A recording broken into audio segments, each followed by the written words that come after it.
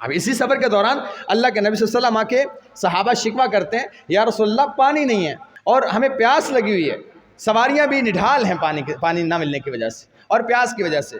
تو اللہ کے نبی علیہ السلام وہاں پہ دعا کرتے ہیں، جبکہ آپ کے پاس یہ درخواست لے کے حضرت ابوبکر آتے ہیں، اور آپ صلی اللہ علیہ وسلم ابوبکر سے مخاطب ہو کہتے ہیں، ابوبکر کیا تم پسند کرتے ہو کہ میں دعا کروں؟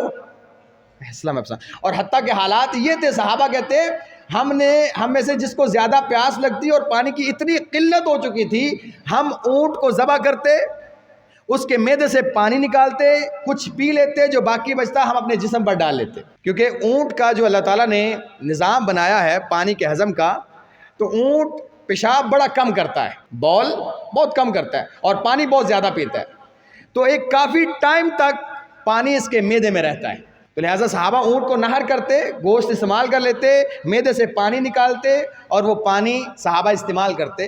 اب خدشہ یہ بھی تھا کہ اگر اونٹ نہر کرتے رہے تو سواری کیسے کریں گے، اتنا لمبا سفر طے کیسے کریں گے، اور سامان کون اٹھائے گا؟ لہٰذا ابوبکر رضی اللہ تعالیٰ اللہ کے نبی صلی اللہ علیہ وسلم کے پاس آتے ہیں اور کہتے ہیں یا رسول اللہ صلی اللہ علیہ وسلم پانی کی شدید قلت کا سامنا ہے، آپ اللہ سے دعا کریں اللہ تعالیٰ ہمیں پانی دے۔ تو اللہ کے نبی علیہ السلام فرماتے ہیں ابوبکر آپ پسند کرتے ہیں کہ میں دعا کروں؟ فیصلہ میں پسند کرتا ہوں، آپ دعا کریں۔ کہا ٹھیک ہے پھر ابوبکر میں دعا کرتا ہوں۔ صحابہ کہتے ہیں اللہ کے نبی نے ہاتھ اٹھائے، آسمان پر کہیں بادل نہیں تھا، اچانک سے کالی گھٹائیں چھائیں اور زور کی بارش برسی۔ وہاں پہ بارش کا کیا حساب کتاب؟ صحابہ نے پانی پیا، اپنے برتنوں کو بھرا، جانوروں کو پانی پلایا۔ اب یہاں پہ منافقین نے پھر وہی اب صحابہ کو پتا تھا کہ فلاں بندہ ایسا ہے جس کے دماغ میں اور دل میں نفاق کا مرض موجود ہے۔ اب کچھ صحابہ جو ہیں وہ اپنے چونکہ جانتے بھی تھے، ساتھی بھی تھے، دوست تھے، کچھ رشتہ دار بھی تھے، کہا دیکھا۔ سامعین محترم، ہماری آج کی نشست بھی گزشتہ سے پیوستہ ہے۔ اللہ کے نبی صلی اللہ علیہ وسلم کی سیرت کے حوالے سے، خاص اسی کے فضل و کرم سے جس تسلسل کا آغاز کیا تھا، وہ اجمالاً یا تفصیلاً مکی زندگی اور پھر مدنی زندگی اور اس کے پہلے 9 سال ان کو بیان کر لینے کے بعد اللہ کے نبی صلی اللہ علیہ وسلم کی زندگی کے ہجرت کے نامے سال تک ہم جا پہنچے۔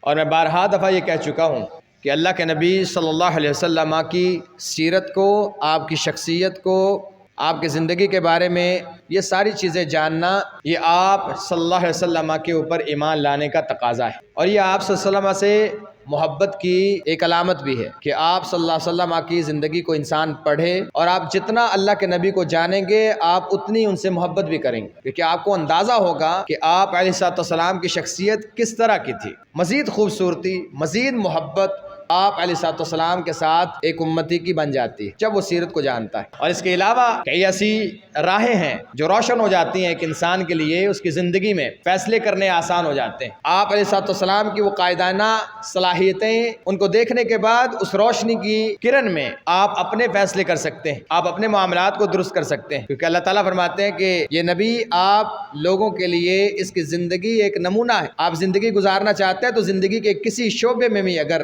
آپ لوگ ہیں تو آپ صلی اللہ علیہ وسلم کی زندگی کو دیکھ کے آپ زندگی گزار سکتے ہیں، اور وہ زندگی جو آپ اللہ کے نبی کے نقش قدم پر چل کے گزاریں گے، وہ زندگی خوشحال بھی ہوگی، خوبصورت بھی ہوگی، اطمینان والی بھی ہوگی۔ بہرحال اللہ کے نبی صلی اللہ علیہ وسلم کی ساری زندگی، اس میں ایک مقصد جو بنیادی حیثیت رکھتا ہے وہ اللہ کے دین کی سربلندی، اور اسی دین کی سربلندی کے لیے اللہ کے نبی صلی اللہ علیہ وسلم نے ماریں بھی کھائیں، لوگوں کی باتیں بھی برداشت کیں، حتیٰ کہ آپ علیہ السلام کو ملک بدر کر دیا گیا، آپ نے یہ بھی برداشت کیا، پھر آپ کو تلوار اٹھانی پڑی، آپ نے تلوار بھی اٹھائی، تلوار اٹھانے کے بعد آپ نے دشمن کے ساتھ آمنے سامنے ہو کے جنگوں کا بھی معاملہ کیا، آپ کو کہیں پیش قدمی کرنی پڑی تو آپ نے وہ بھی کی، آپ کو اپنا دفاع کرنا پڑا تو وہ بھی کیا، آپ نے صحابہ کی تربیت بھی کی، آپ نے ہر معاملے میں جو بنیادی نقطہ سامنے رکھا وہ اعلاء کلمت الحق تھا کہ اللہ کے دین کی سربلندی ہو جائے، کسی کی رہنمائی بھی کی تو انہی اصولوں کے تحت کی۔ اور یہ سفر بھی آپ علیہ السلام کا اتنی سخت گرمی میں،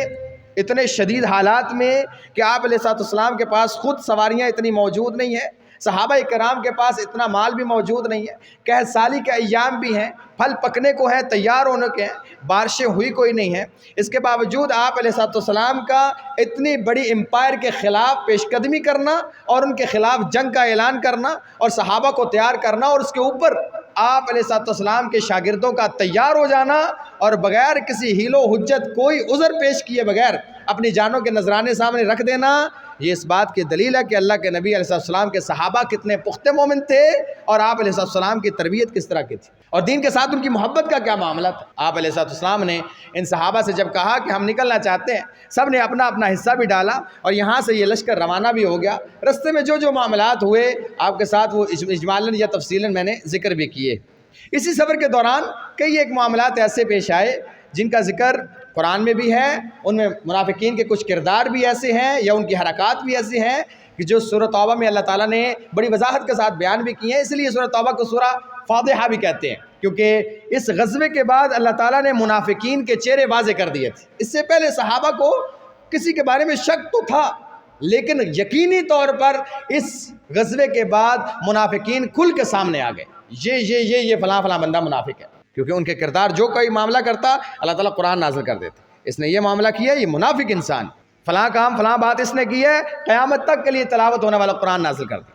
اب اسی سفر کے دوران اللہ کے نبی صلی اللہ علیہ وسلم آ کے صحابہ شکوہ کرتے ہیں، یا رسول اللہ پانی نہیں ہے اور ہمیں پیاس لگی ہوئی ہے، سواریاں بھی نڈھال ہیں پانی نہ ملنے کی وجہ سے اور پیاس کی وجہ سے۔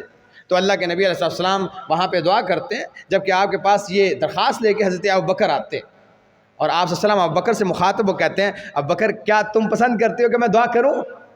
اسلام پسند۔ اور حتیٰ کہ حالات یہ تھے، صحابہ کہتے ہیں ہم میں سے جس کو زیادہ پیاس لگتی اور پانی کی اتنی قلت ہو چکی تھی، ہم اونٹ کو ذبح کرتے، اس کے معدے سے پانی نکالتے، کچھ پی لیتے، جو باقی بچتا ہم اپنے جسم پر ڈال لیتے، کیونکہ اونٹ کا جو اللہ تعالیٰ نے نظام بنایا ہے پانی کے ہضم کا، تو اونٹ پیشاب بڑا کم کرتا ہے، بول بہت کم کرتا ہے اور پانی بہت زیادہ پیتا ہے، تو ایک کافی ٹائم تک پانی اس کے معدے میں رہتا ہے، تو لہٰذا صحابہ اونٹ کو نہر کرتے، گوشت استعمال کر لیتے، معدے سے پانی نکالتے اور وہ پانی صحابہ استعمال کرتے۔ اب خدشہ یہ بھی تھا کہ اگر اونٹ نہر کرتے رہے تو سواری کیسے کریں گے، اتنا لمبا سفر طے کیسے کریں گے اور سامان کون اٹھائے گا؟ لہٰذا ابوبکر رضی اللہ تعالیٰ اللہ کے نبی صلی اللہ علیہ وسلم کے پاس آتے ہیں اور کہتے ہیں یا رسول اللہ صلی اللہ علیہ وسلم پانی کی شدید قلت کا سامنا ہے، آپ اللہ سے دعا کریں اللہ تعالیٰ ہمیں پانی دے۔ تو اللہ کے نبی علیہ السلام فرماتے ہیں ابوبکر آپ پسند کرتے ہیں کہ میں دعا کروں؟ فیصلہ میں پسند کرتا ہوں، آپ دعا کریں۔ کہا ٹھیک ہے پھر ابوبکر میں دعا کرتا ہوں۔ صحابہ کہتے ہیں اللہ کے نبی صلی اللہ علیہ وسلم نے ہاتھ اٹھائے، آسمان پر کہیں بادل نہیں تھا، اچانک سے کالی گھٹائیں چھائیں اور زور کی بارش برسی۔ وہاں پہ بارش کا کیا حساب کتاب؟ صحابہ نے پانی پیا، اپنے برتنوں کو بھرا، جانوروں کو پانی پلایا۔ اب یہاں پہ منافقین نے پھر وہی معاملہ، اب صحابہ کو پتا تھا کہ فلاں فلاں بندہ ایسا ہے جس کے دماغ میں اور دل میں نفاق کا مرض موجود ہے۔ اب کچھ صحابہ جو ہیں وہ اپنے چونکہ جانتے بھی تھے، ساتھی بھی تھے، دوست تھے، کچھ رشتہ دار بھی تھے، کہا دیکھا تم کہتے ہیں نا یہ اللہ کے نبی ہیں، دیکھو دعا کی ہے بارش ہو گئی ہے، معجزہ دیکھ کے بھی تمہیں یقین نہیں آتا کہ یہ اللہ کے نبی ہے؟ اب وہاں سے کچھ بدبخت بولے، کہتے ہیں ہاں تو کیا ہے، ایک بادل آیا بارش ہوگی، اس میں معجزے والی کون سی بات؟ بدبختی دیکھ، جب ایک انسان کا دماغ الٹ ہو چکا ہو، دل پہ تالے پڑ چکے، ہاں تو پھر کیا ہے جی، اگر یہ ہوا تو کیا ہے، پھر کیا ہے جی، وہ سمجھنا نہیں چاہتا۔ بالکل آج کے لبرل کی سوچ ہے۔ کیسے؟ اگر آپ اس کے سامنے مسلمانوں کے کارنامے رکھیں جن کا دین کے ساتھ بڑا گہرا تعلق تھا اور آپ مسلمان کا کارنامہ تو کیا ہے، ایک ہی تھا تو بڑا کام کر لیا، بڑے کام نہیں ہو گیا، یہ کیا تو کیا ہے؟ اس کی عداوت بیسیکلی اسلام کے ساتھ ہوتی ہے۔ وہی کارنامہ اگر کوئی پرلا کالا چور یا کافر کرے اس کے لیے وہ کارنامہ ہوتا ہے، جھنڈے لگا دیتے ہیں۔ وہی کارنامہ اگر کوئی مسلمان کر دے وہ کارنامہ نہیں ہوتا۔ یہ منافقانہ روش سوچ، کیونکہ میں نے آپ کو بتایا کہ ان کا اصل مدعا یا ان کی اصل دشمنی وہ اسلام کے ساتھ ہے، مسلمانوں کے ساتھ نہیں ہے۔ اس شخصیت کے ساتھ بیچارے کو کیا دشمنی؟ اسلام کے ساتھ دشمنی ہوتی ہے۔ بہرحال یہیں اسی سفر کے دوران ایسا معاملہ بھی ہوا کہ اللہ کے نبی صلی اللہ علیہ وسلم کی اونٹنی گم ہو گئی۔ آپ نے پڑھا ہو گیا، کہا میری اونٹنی، بھئی اونٹنی کہاں ہے؟ میری اونٹنی میرے خیال سے کہیں آگے پیچھے ہو گیا ہے، ذرا ڈھونڈ کے لاؤ۔ اب پڑاؤ ڈالا ہوا ہے اور صحابہ کچھ اونٹنی ڈھونڈنے میں لگے ہوئے ہیں، تو ایک صحابی کے خیمے میں ایک منافق بیٹھا ہوا ہے، اس نے کہا باتیں تو بڑی کرتے ہو، کیا؟ کہا وہ ہم نے سنا ہے کہ آسمان کی خبریں اور غیب کی خبریں اللہ تعالیٰ ان کو بتاتے ہیں، اور آسمان کے بعد کے معاملات، موت کے بعد کے معاملات، اور آسمان پر جنت، اور یہ بڑی خبریں بتاتے ہیں، اپنی اونٹنی کا پتہ نہیں ہے کدھر ہے۔ یہ بات جیسے ہی اس نے کی نا، اللہ کے نبی صلی اللہ علیہ وسلم کی طرف صحابی پہنچنے سے پہلے اللہ تعالیٰ نے یہ بات آپ تک پہنچا دی۔ اب اللہ کے نبی صلی اللہ علیہ وسلم نے جو باتیں کی اس کا عقیدے کے ساتھ بڑا گہرا تعلق ہے۔ اللہ کے نبی فرماتے ہیں انی واللہ لا اعلم الا ما علمنی اللہ، اللہ کی قسم میں اللہ کا رسول ہوں، اس کی طرف سے مبعوث شدہ ہوں، مجھے اللہ کی قسم صرف وہ باتیں پتہ ہوتی ہیں جو مجھے اللہ بتاتا ہے۔ جو اللہ نہیں بتاتا مجھے پتا. اونٹنی کے بارے میں مجھے نہیں بتایا. ہاں تمہارے اس اعتراض کے بعد اللہ نے میری رہنمائی کی ہے کہ تمہاری اونٹنی فلاں جگہ. سے پہلے نہیں پتا. یعنی تم کیا سمجھتے ہو کہ میں اگر آسمان کی خبریں بتاتا ہوں اور مجھے یہ نہیں، تو اس کا مطلب یہ ہے کہ میں عالم الغیب نہیں ہوں. مجھے جو اللہ تعالیٰ بتاتے ہیں مجھے وہ پتا ہوتا ہے، جو مجھے اللہ نہیں بتاتے مجھے نہیں پتا ہوتا. یہ نارمل سی بات ہے، اس میں اختلاف کی کیا بات ہے. اور اس کے بارے میں بہترین تفصیل یہ ہے کہ اللہ کے نبی صلی اللہ علیہ وسلم کے پاس علم غیب ہونا اور آپ کا عالم الغیب ہونا یہ دو الگ چیزیں ہیں. سمجھے؟ اللہ کے نبی صلی اللہ علیہ وسلم کے پاس علم غیب تھا لیکن آپ عالم الغیب نہیں تھے. وہ علم غیب کہاں سے آیا؟ اللہ نے بتایا. کتنا تھا؟ جتنا آپ کو بتایا. جو نہیں بتایا وہ آپ کو نہیں پتا تھا. یہی صحیح عقیدہ ہے، یہی صحابہ کا عقیدہ تھا. اور اس کے ڈھیر ساری مثالیں آپ کے سامنے بھی ہیں کہ اللہ کے نبی صلی اللہ علیہ وسلم کو علم غیب تو تھا لیکن آپ عالم الغیب نہیں تھے. جو اللہ تعالیٰ آپ کو بتاتے تھے آپ کو اس کا پتہ ہو جاتا تھا اور آپ اس کو صحابہ کے ساتھ شیئر کر دیتے تھے.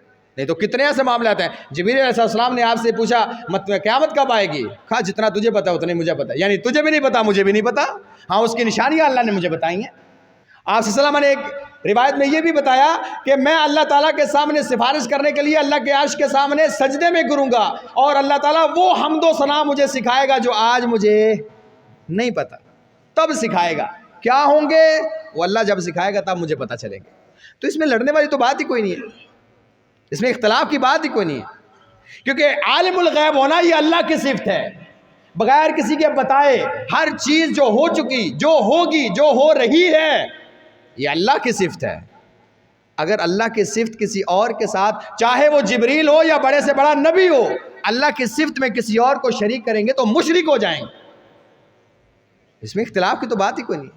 اور نہ ہی یہاں پہ اللہ کے نبی صلی اللہ علیہ وسلم کی شان میں کوئی کمی کا معاملہ ہے کہ ہم سمجھتے ہیں بعض دفعہ اس طرح کے معاملات اس لیے بھی کیے جاتے ہیں کہ ہم سمجھتے ہیں نہیں یہ شان کی بات تو نہ ہوئی جی، وہ یہی شان ہے.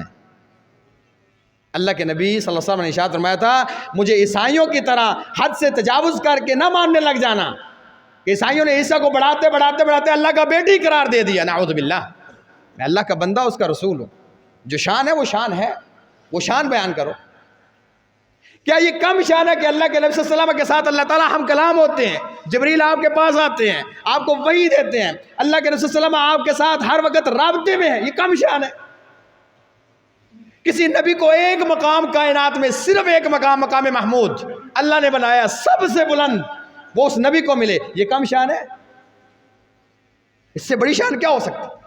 اس کے باوجود ایک انسان اللہ کی صفات کے اندر داخل کرنے کے معاملات کرے تو یہ نہیں. منافقین کا ایک وہی معاملہ جس کا ذکر میں نے گزشتہ نشست میں بھی کیا تھا. آپ علیہ السلام نے پڑاؤ ڈالا اور یہاں پہ ان لوگوں نے صحابہ کے بارے میں کچھ باتیں کی. یہ لوگ جا کے روم کے خلاف لڑیں گے اور یہ معاملات کریں گے اور ان کے بڑے بڑے پیٹ ہیں، بہت زیادہ کھاتے ہیں، جھوٹ بولنے والے، یہ قاری بنے پھرتے ہیں اور بلا بلا. اللہ کے نبی صلی اللہ علیہ وسلم کو جب یہ باتیں پتہ چلی تو اللہ کے نبی علیہ السلام نے فرمایا یہاں سے اٹھو، کوچ کرو. اب جیسے ہی جس صحابی نے آ کے ساری باتیں بتائی، آپ علیہ السلام نے عمار بن یاسر کو بھیجا، کہا جاؤ پتہ کر کے آؤ یہ ساری باتیں درست ہیں جو یہ کہہ رہے ہیں. آپ نے فرمایا جی یا رسول اللہ یہ ساری باتیں درست ہیں. اب جیسے ہی ان کو پتہ چلا کہ اللہ کے نبی کو پتہ چلا، یہ بھاگے واپس آ گئے. کہا یا رسول اللہ نہیں بات ایسی نہیں ہے، ہم نے ایسے نہیں کیا.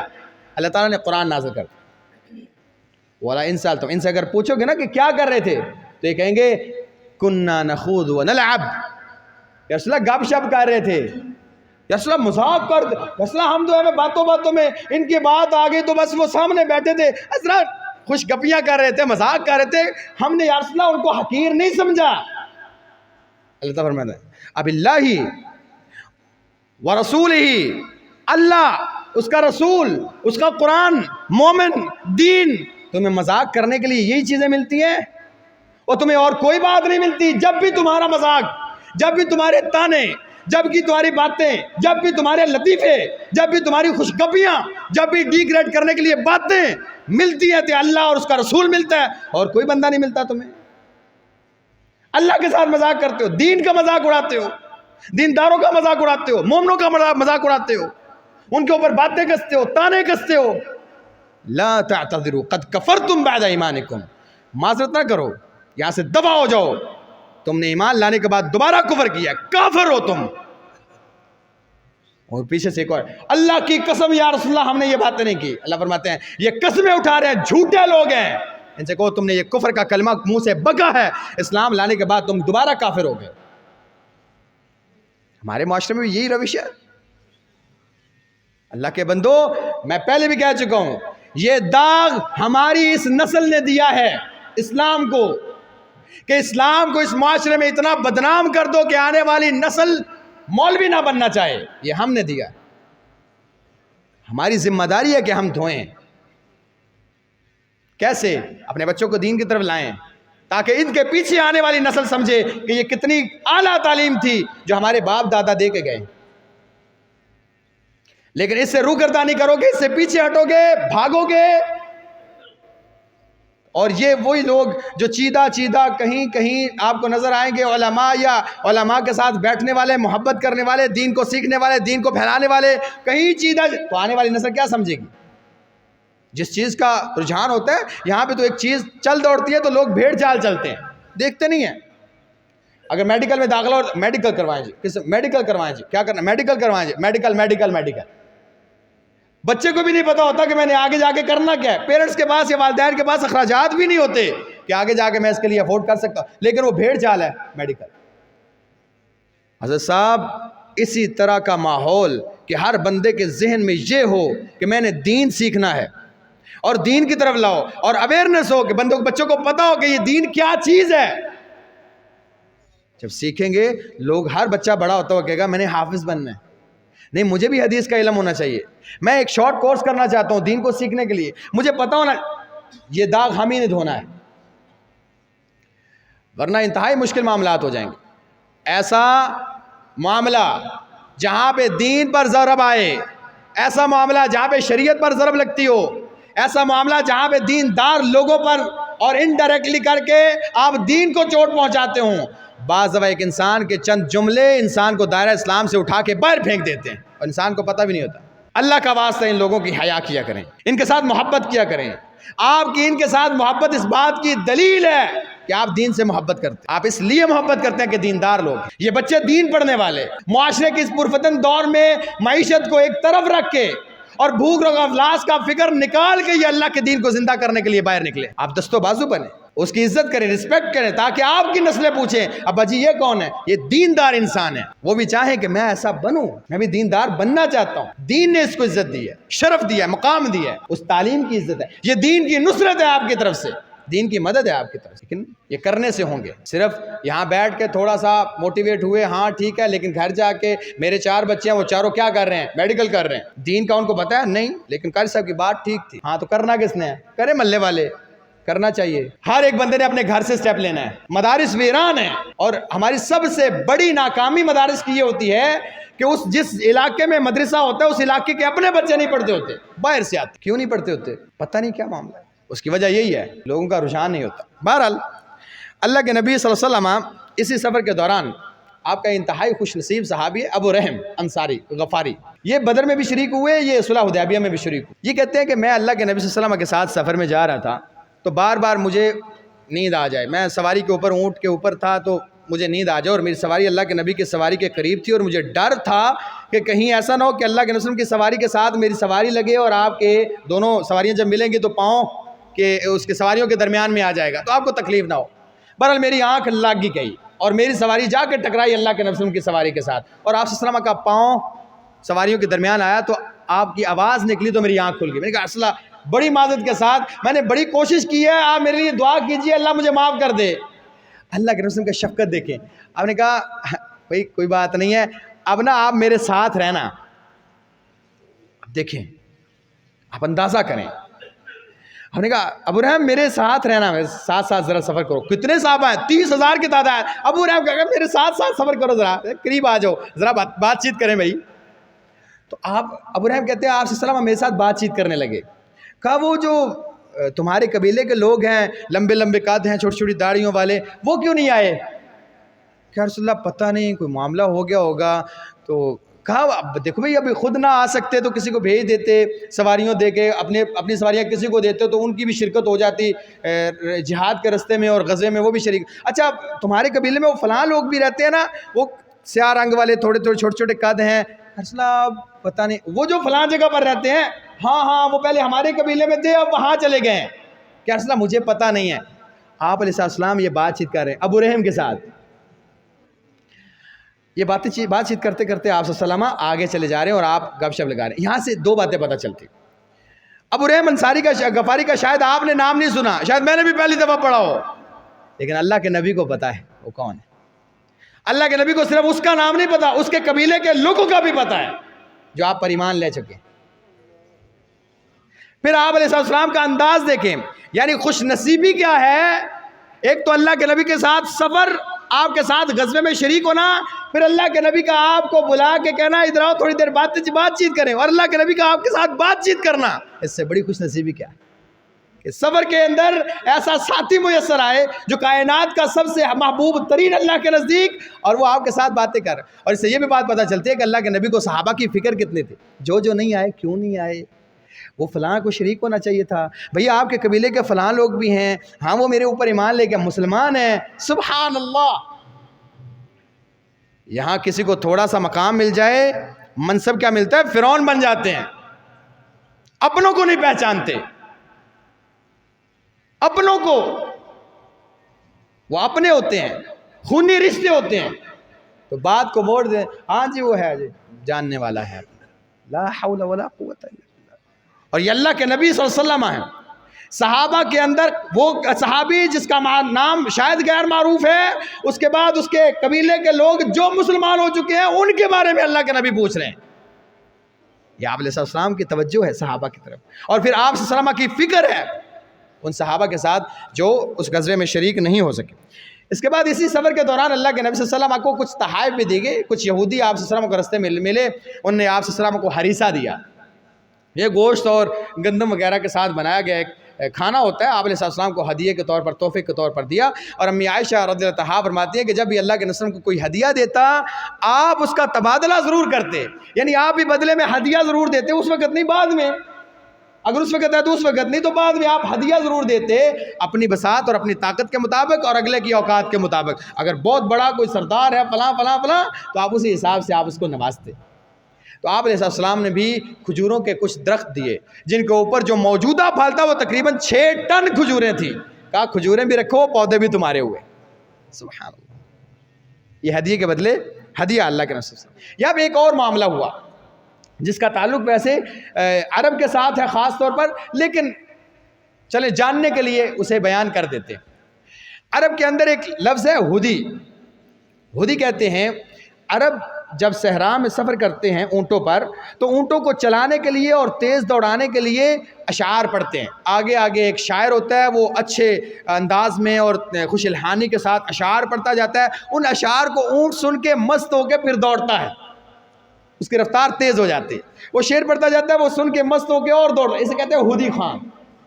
ہدی عربی زبان میں وہ جو اشعار کو لحن کے ساتھ پڑھ رہا ہے اور خوش الحانی کے ساتھ, اور اونٹوں کو دوڑا رہا ہے. اللہ کے نبی علیہ السلام سفر میں ایک بندے کی آواز سنتے ہیں جو پاس سے گزرا ہے اور اونٹ دوڑائے جا رہا ہے اور آگے آگے اشعار پڑھ رہا ہے.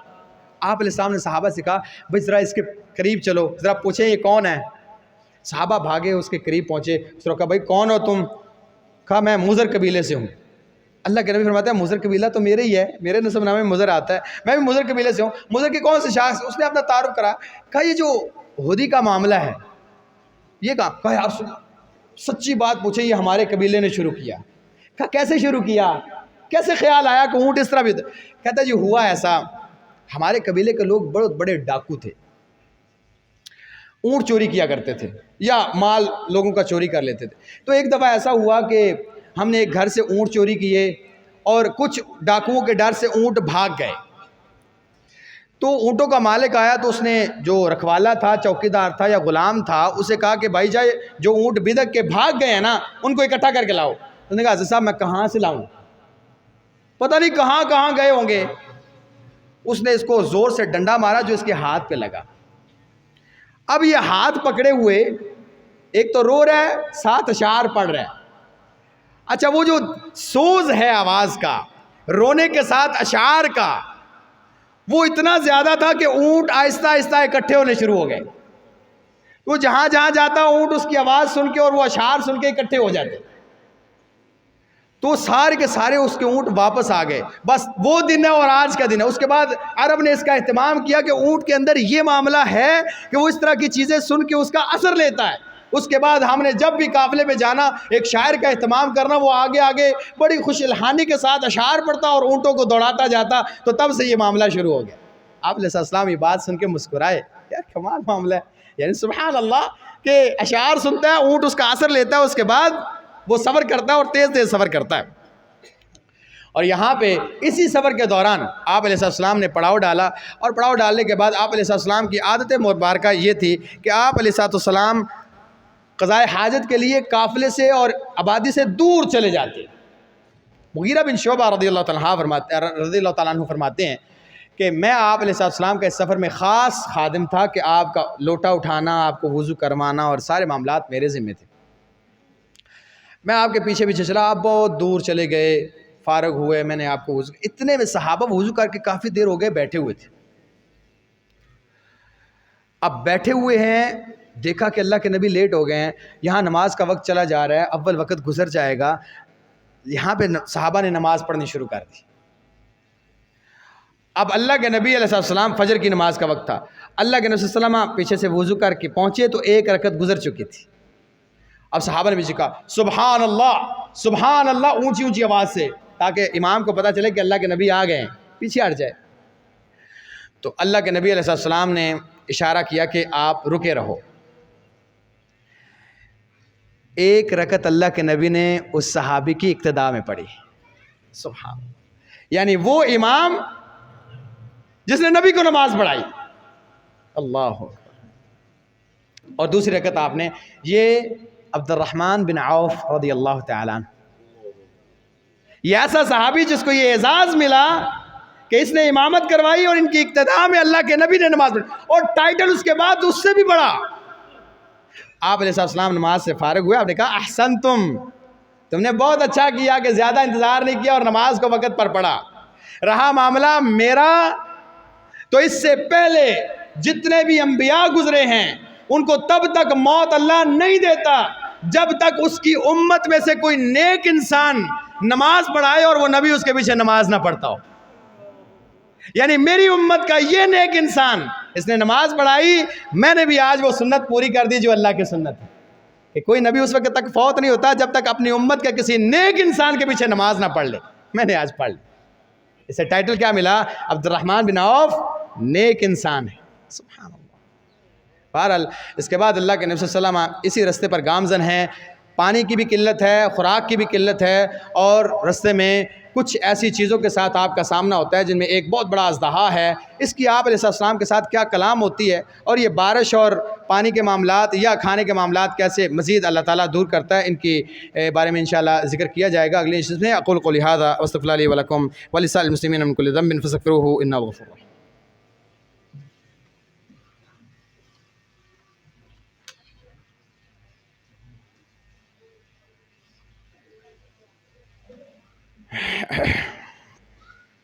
إن الحمد لله نحمده ونستعينه ونستغفره ونؤمن به ونتوكل عليه ونعوذ بالله من شرور أنفسنا ومن سيئات أعمالنا من يهده الله فلا مضل له ومن يضلله فلا هادي له. أما بعد فأعوذ بالله من الشيطان الرجيم. بسم الله الرحمن الرحيم. وذكر فإن الذكرى تنفع المؤمنين. سبحان ربك رب العزة عما يصفون وسلام على المرسلين والحمد لله رب العالمين. احباب گرامی, ایک سوال ہے, کم از کم ایک جمعہ معاشرتی مسائل پر پڑھایا کریں. بدقسمتی سے ہمارا معاشرہ ہمارا اسلام مسجد کے اندر ہے اور باہر اور ہے. ذخیرہ اندوزی, بلیک مارکیٹنگ کرنے والے. پہلی بات یہ ہے, بڑے ادب کے ساتھ میری کوشش ہوتی ہے اللہ کی توفیق کے ساتھ, اس میں میری کوئی بڑائی نہیں ہے, یہ خاص اس کے فضل کے ساتھ ہے. اس میں جتنے بھی خیر ہے وہ اللہ کی طرف سے ہے, اور جتنے بھی نقص, کمیاں اور کوتاہیاں ہیں وہ میرے اور میرے نفس کی طرف سے. کہ میں کوشش کرتا ہوں کہ کوئی بھی ایسا نقص جو مجھے نظر آتا ہے اور اسلام میں اس کا اور معاملہ ہے اور ہمارے معاشرے میں اور ہے, تو میں بڑی وضاحت کے ساتھ اس کا ذکر کرتا ہوں. جی ایسے ہو رہا ہے, ایسے نہ کیا جائے, ایسے نہ کیا جائے. یہ یقینی بات ہے کہ یہ جو مہنگائی کے معاملات ہیں یا کسی بھی چیز کی کمی کے معاملات ہیں پیدا کیے جاتے ہیں، ہوتے نہیں۔ اللہ کی طرف سے تو اللہ تعالیٰ نے ہر چیز کو، اللہ کا شکر کریں، اللہ کا شکر کریں کہ قحط سالی ہم نے دیکھی نہیں۔ قحط سالی عزت صاحب اسے کہتے ہیں جب زمین بھی اپنا اناج اگانا بند کر دے۔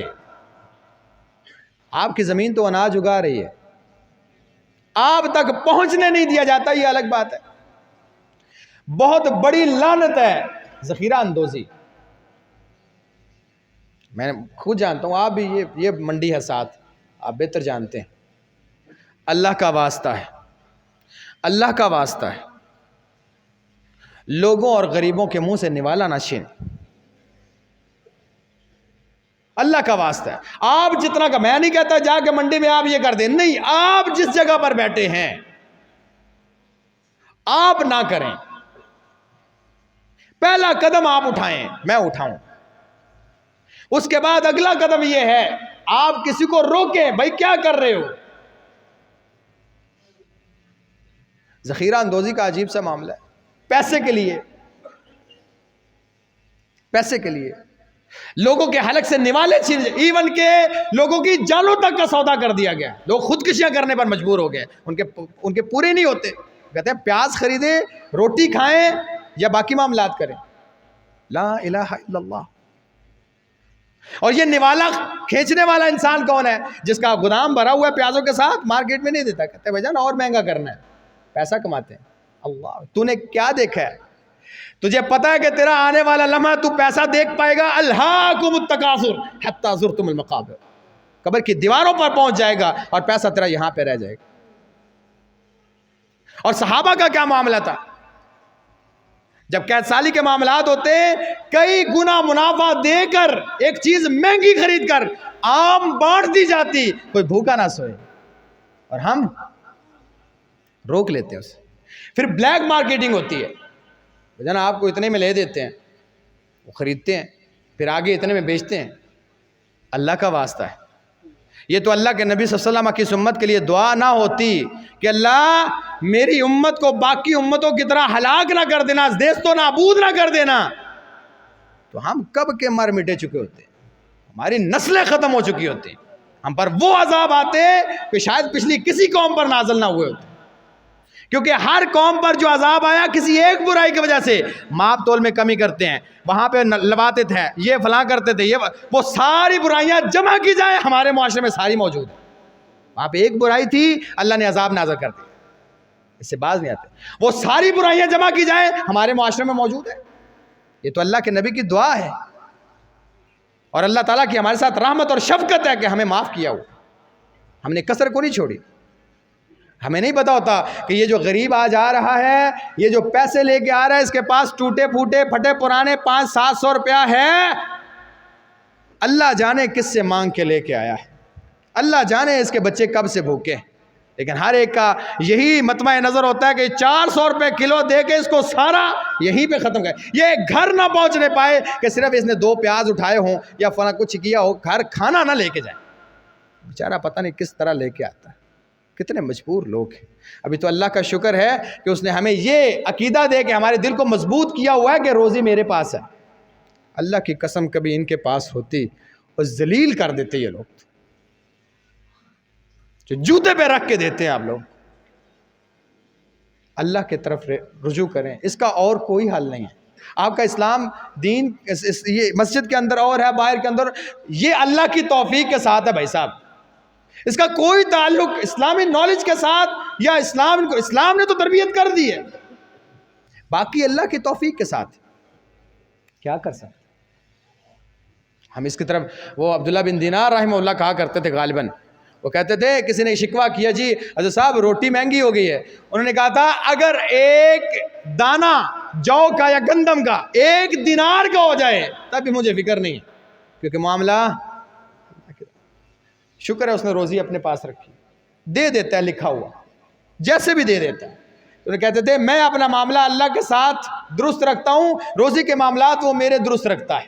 ایسا ہم یہی کر سکتے ہیں، باقی اللہ کا واسطہ ہے، کوئی ساتھ نہیں لے کے گیا، اور نہ کوئی ساتھ لے کے جائے گا۔